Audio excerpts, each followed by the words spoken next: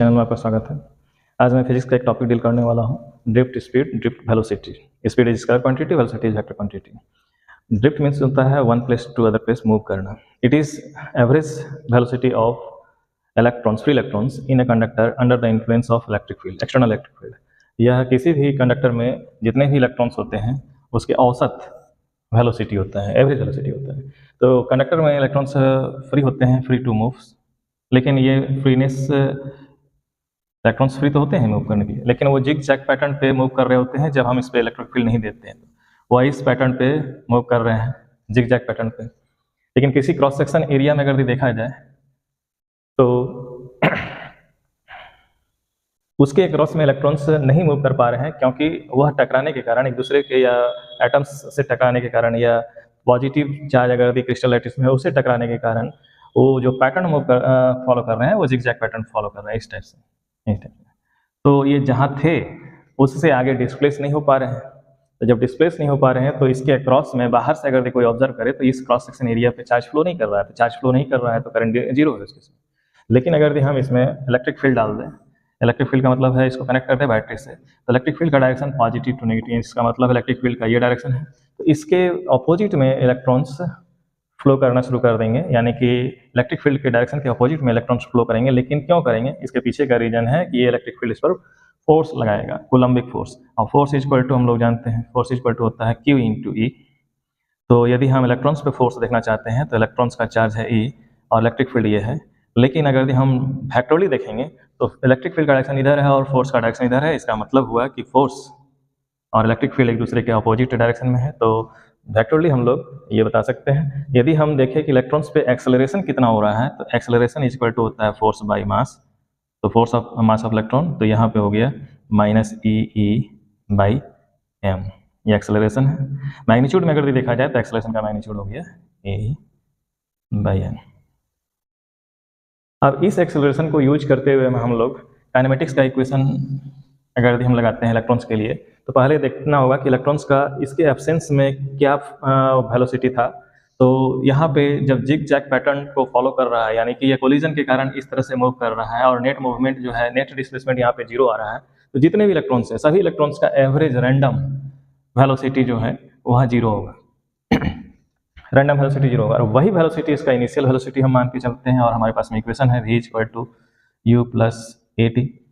अब यहाँ पे ये तो हम जीरो मान लेंगे, एक्सेलरेशन मिल गया। टाइम क्या है, तो टाइम में हम देखना चाह रहे हैं कि किस टाइम, वो टाइम में देखना चाह रहे हैं कि जब वो कोलाइड कर रहा है, कोलिजन के बाद में दो कोलिजन के बीच में उसको टाइम मिलता है इलेक्ट्रॉन्स को वो ड्रिफ्ट करने के लिए, और उस बीच में इलेक्ट्रॉन्स पे फोर्स लग रहा है इलेक्ट्रिक फील्ड के अपोजिट एक्सिस में, वो थोड़ा सा स्लाइडिंग मूव करेगा, लेकिन फिर जाकर के टकरा जाएगा दूसरे इलेक्ट्रॉन्स से या एटम्स से या पॉजिटिव चार्ज से। तो इस तरह से उसमें रेसिस्टेंस भी होगा लेकिन फोर्स भी लगेगा। तो दो सक्सेसिव कोलिजन के बीच में, इलेक्ट्रॉन्स के दो सक्सेसिव कोलिजन के बीच में जो टाइम इंटरवल होता है उसी को हम लोग बोलते हैं रिलैक्सेशन टाइम। एवरेज में एवरेज टाइम इंटरवल जो रहेगा दो कोलिजन के बीच में, जैसे कि ये यहाँ कोलाइड किया, फिर जो है इधर किया, फिर यहाँ गया, फिर ऐसे इस तरह से ये कोलिजन दिखाया जा रहा है। यहाँ कोलाइड करके जो है इधर मूव किया, फिर इधर मूव, इस तरह से कोलिजन के बाद में दो सक्सेसिव कोलिजन के बीच में जो टाइम लगता है उसका एवरेज वैल्यू अगर निकालते हैं, दैट इज रिलैक्सेशन टाइम। तो रिलैक्सेशन टाइम जो है T1 plus T2 plus T3 plus इस तरह से, जैसे अगर n टाइम्स ऑफ इलेक्ट्रॉन्स है तो इसका एवरेज वैल्यू हम निकालेंगे, ये एवरेज वैल्यू आएगा, तो उसी को रिलैक्सेशन टाइम बोलेंगे। क्योंकि सभी इलेक्ट्रॉन्स तो एक ही टाइम इंटरवल नहीं रखेंगे, कुछ तुरंत टकरा जाएंगे, कुछ थोड़ा लेट रहेंगे, मिली सेकेंड माइक्रो सेकेंड का अंतर होगा। तो ये जो है एवरेज हम ले रहे हैं। ड्रिफ्ट वेलोसिटी भी एवरेज वेलोसिटी है, एक इलेक्ट्रॉन्स का वेलोसिटी नहीं है, वो एवरेज वेलोसिटी है सभी इलेक्ट्रॉन्स का। उसी तरह से यहाँ भी रैंडम जो मोशन है इलेक्ट्रॉन्स के, उसके कारण जो है रैंडम वेलोसिटी है, वो भी एवरेज वेलोसिटी है, और यहाँ भी टाइम भी जो है एवरेज ही है। तो यहाँ हम एवरेज ही सब चीज़ को लेकर चल रहे हैं। तो ड्रिफ्ट वेलोसिटी जो है ये वी डी, जो फाइनल वेलोसिटी है, इनिशियल वेलोसिटी वी आर, और प्लस एक्सेलरेशन इस तरह से देख रहे हैं minus E by M E, और रिलैक्सेशन टाइम हो गया टी। तो इसमें हम वेक्टर फॉर्म में ही लिख रहे हैं, वेक्टर फॉर्म में। तो ये वैल्यू तो जीरो है, और ड्रिफ्ट वेलोसिटी है हमको फाइंड आउट करना है। तो drift velocity is equal to हो गया zero plus minus e e vector form है, और divide by m into relaxation time. इसका मतलब हो गया drift velocity is equal to minus e ये vector relaxation time divide by m, ये हुआ, that is the drift velocity in vector form. और अगर इसको स्केलर फॉर्म में लिखेंगे तो ड्रिफ्ट वेलोसिटी क्या होगा, drift velocity is equal to E, capital E, relaxation time और मास।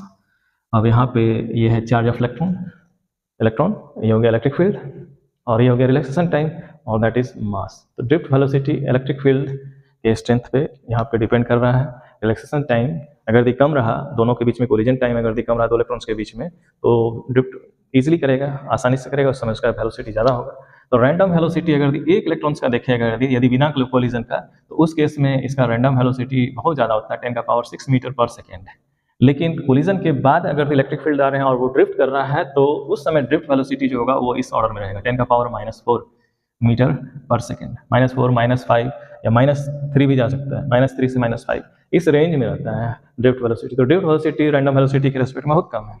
तो क्वेश्चन राइज होता है कि यदि इतना कम इलेक्ट्रॉन्स का वेलोसिटी है, ड्रिफ्ट वेलोसिटी, तो स्विच देते हैं, अगर ऑन करते हैं तो फैन तुरंत ऑन हो जाता है, भले ही 100 मीटर दूर में रहे। तो इसके पीछे का रीजन है, यहाँ पे करंट इलेक्ट्रोमैग्नेटिक वेव के रूप में ट्रैवल करता है, उसका अलग से वीडियो बनाएंगे हम लोग। तो आज हम डील किए ड्रिफ्ट वेलोसिटी, जो कि एवरेज वेलोसिटी है इलेक्ट्रॉन्स का, फ्री इलेक्ट्रॉन्स का, यदि कंडक्टर को एक्सटर्नल इलेक्ट्रिक फील्ड में रखा जाए तो, और वो रैंडम वेलोसिटी से कम होता है। और यहाँ एवरेज ड्रिफ्ट वेलोसिटी, बार बार बोल रहे हैं, एवरेज ड्रिफ्ट वेलोसिटी भी एवरेज, रिलैक्सेशन टाइम भी एवरेज, और रैंडम मोशन के कारण जो वेलोसिटी है वो भी एवरेज है, क्योंकि बहुत सारे इलेक्ट्रॉन्स यहाँ पे रहते हैं। अब बहुत सारे इलेक्ट्रॉन्स को अगर नंबर के रूप में दिखाया जाए, नेक्स्ट वीडियो में हम लोग इस करंट डेंसिटी और करंट में क्या रिलेशन है उसको हम डील करेंगे। तो जब बहुत ज़्यादा नंबर्स में रहते हैं तो n इक्वल टू होता है number of electrons per unit volume, यानी कि अब हम इसको 3 डायमेंशनल वॉल्यूम दे करके अगर देखते हैं तो number of electrons per unit volume electron का डेंसिटी है। तो इलेक्ट्रॉन डेंसिटी में नंबर्स ऑफ इलेक्ट्रॉन्स को हम कंसीडर करते हैं पर यूनिट वॉल्यूम, क्योंकि यहाँ हम वॉल्यूम ही कंसीडर कर सकते हैं, 3 डायमेंशनल स्ट्रक्चर है, इसलिए पर यूनिट वॉल्यूम। तो नेक्स्ट वीडियो में आपको जो है करंट डेंसिटी के रेस्पेक्ट में जो है वीडियो दिया जाएगा।